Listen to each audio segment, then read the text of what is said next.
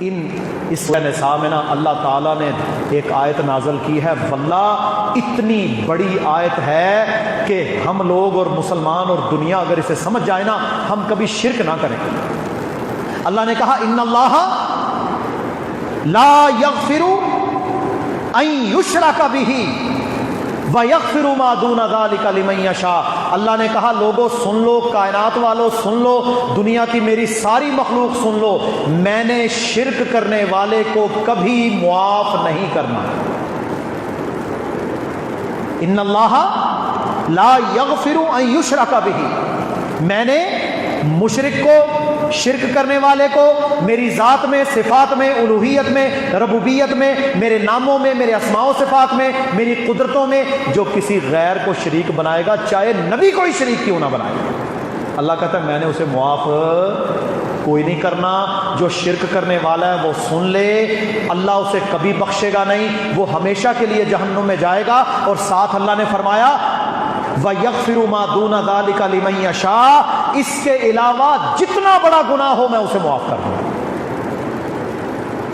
شرک والے کی معافی نہیں، ہاں شرک کی ایک ہی معافی ہے کہ مرنے سے پہلے توبہ کر لے، باز آ جائے، کفر و شرک چھوڑ دے، ورنہ اگر وہ شرک پر مر گیا پھر میرے بھائیوں وہ جو جی چاہے ہو، وہ صاحبزادہ ہو، وہ پیر زادہ ہو، وہ سید زادہ ہو، وہ دنیا کا چودھری ہو، وہ دنیا کا ٹھیکیدار ہو، وہ دنیا میں صدر وزیر اعظم کچھ بھی ہو، جو شرک پر مرا اللہ کہتا ہے لا یغفرو، میں نے کوئی نہیں اسے معاف کرنا۔ توحید کی دعوت، اللہ کو سب سے زیادہ ناپسند کیا ہے؟ شرک۔ اور اللہ کے نبی صلی اللہ علیہ وسلم نے فرمایا جس نے اللہ کے لیے بیٹا قرار دیا، جس طرح عیسائی یہودی کہتے ہیں، اس نے گویا اللہ کو گالی دی۔ وَمَن يُشْرِكْ بِاللَّهِ فَقَدْ حَرَّمَ اللَّهُ عَلَيْهِ الْجَنَّةَ، اللہ کہتا ہے جس نے شرک کیا میں نے جنت اس پر حرام کر دی۔ وَمَن يُشْرِكْ بِاللَّهِ، جس نے اللہ کے ساتھ شرک کیا گویا اسے آسمانوں سے زمین پر گرا دیا گیا، اس کے ٹکڑے ہو۔ حضرت معاذ تھے نا صحابی رسول، نبی صلی اللہ علیہ وسلم نے ایک دفعہ کہا یا معاذ، اے میرے امتی معاذ، او قتلتا لو حرقتا، اگر تجھے قتل کر دیا جائے، اگر تجھے زندہ آگ میں ڈال کر جلا دیا جائے، لا تشرک باللہ، اللہ کے ساتھ شرک نہ کرنا۔ آج ہم کیا کہتے ہیں؟ فلانا کرنی والا، فلانا بھرنی والا، یہ اولادیں دینے والا، یہ رزق دینے والا، یہ فلاں دینے والا، یہ فلاں دینے والا، یا شیخ عبد القادر جیلانی شیء للہ۔ میرے بھائیوں شیخ عبد القادر جیلانی بھی اللہ کے محتاج ہیں۔ اگر ابراہیم علیہ السلام اللہ کے محتاج ہیں، اگر آدم علیہ السلام اللہ کے محتاج ہیں، اگر یونس علیہ السلام اللہ کے محتاج ہیں، تو میرے بھائیوں پھر کوئی بھی ایسا نہیں ہے جو اللہ کا محتاج نہ ہو۔ ابراہیم علیہ السلام کا واقعہ تو آپ سب نے پڑھا ہے، سارا معاشرہ، بادشاہ، حکومت، رشتہ دار، باپ، سارے آپ کے دشمن تھے کہ نہیں؟ دشمن تھے، آگ جلائی، بہت بڑا بھانبڑ تھا، اوپر سے پرندے گزرتے، جل کے گر جاتے، کہتے ہیں لگاؤ چھلانگ، کہتے ہیں میں کیوں لگاؤں چھلانگ، پھینکنا تو پھینکو دیکھا جائے گا۔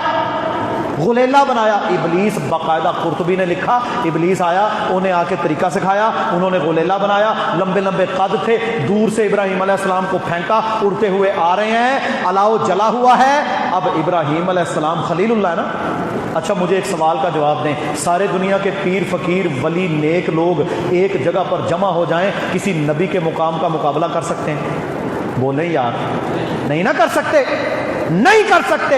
ابراہیم علیہ السلام کو میرے بھائیوں جب انہوں نے پھینکا، ابراہیم علیہ السلام کی زبان پر کیا تھا؟ حسبنا اللہ و نعم الوکیل، یا اللہ تو ہی میرے لیے کافی ہے، تو ہی میرا کارساز ہے، تو ہی میری بگڑی بنانے والا ہے، تو ہی میرا مشکل کشا ہے، تو ہی میرا حاجت روا ہے، آج آگ سے تو بچائے گا مجھے۔ ابراہیم علیہ السلام اپنی مدد کر سکے؟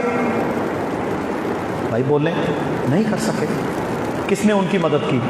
ایک اللہ نے۔ اچھا پڑھتے جا رہے ہیں، مفسرین لکھتے ہیں، امام طبری نے لکھا، کہتے ہیں فلانا فرشتہ، سارے فرشتے آئے، آزمائش تھی نا، اے اللہ کے نبی بتائیں، آپ حکم دیں، ہم یہ کر دیں، وہ کر دیں، آگ بجھا دیں۔ کہا حسبنا اللہ و نعم الوکیل، پڑھا ہو جو حسبنا اللہ، میرا تو سارا بھروسہ ہی اللہ پر ہے، میں اس کا خلیل ہوں، مجھے کیا ٹینشن ہے۔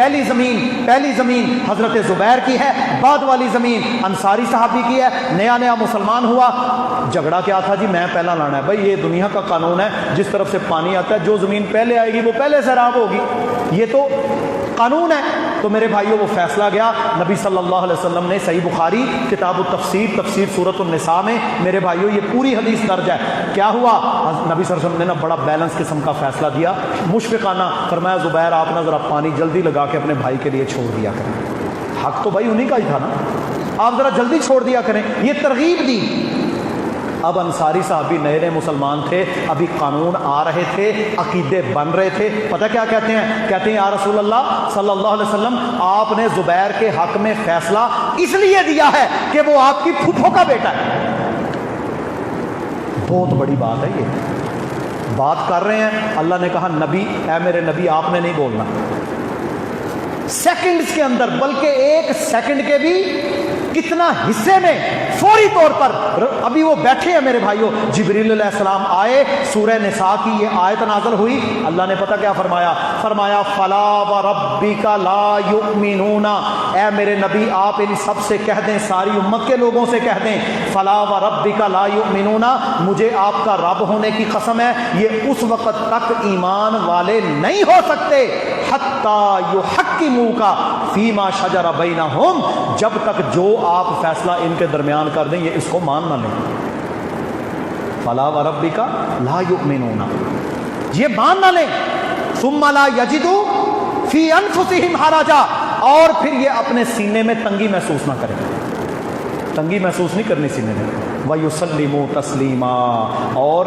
ایسے کہیں کہ جی اسی تے مننے ہاں، اللہ دے نبی دی گل ہوئے تے اسی کون ہیں، ہماری اوقات کیا ہے، ہماری اوقات کیا ہے کہ ہم رسول اللہ کا فرمان جھٹلا دیں۔ فوری طور پر اللہ تعالیٰ نے قیامت تک کے لیے فیصلہ کر دیا کہ لوگوں جو میرے نبی کا فیصلہ ہے وہ ماننا پڑے گا تمہیں، نماز ہے، روزہ ہے، حج ہے، زکوٰۃ ہے، جہاد ہے، شادی ہے، غمی ہے، کہاں سے آئے گی؟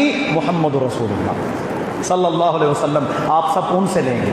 اللہ تعالی ہم سب کو عمل کرنے کی توفیق عطا فرمائے، اللہ تعالی ہمیں دین پر پختہ رکھے۔ وآخر دعوانا ان الحمد للہ رب العالمین۔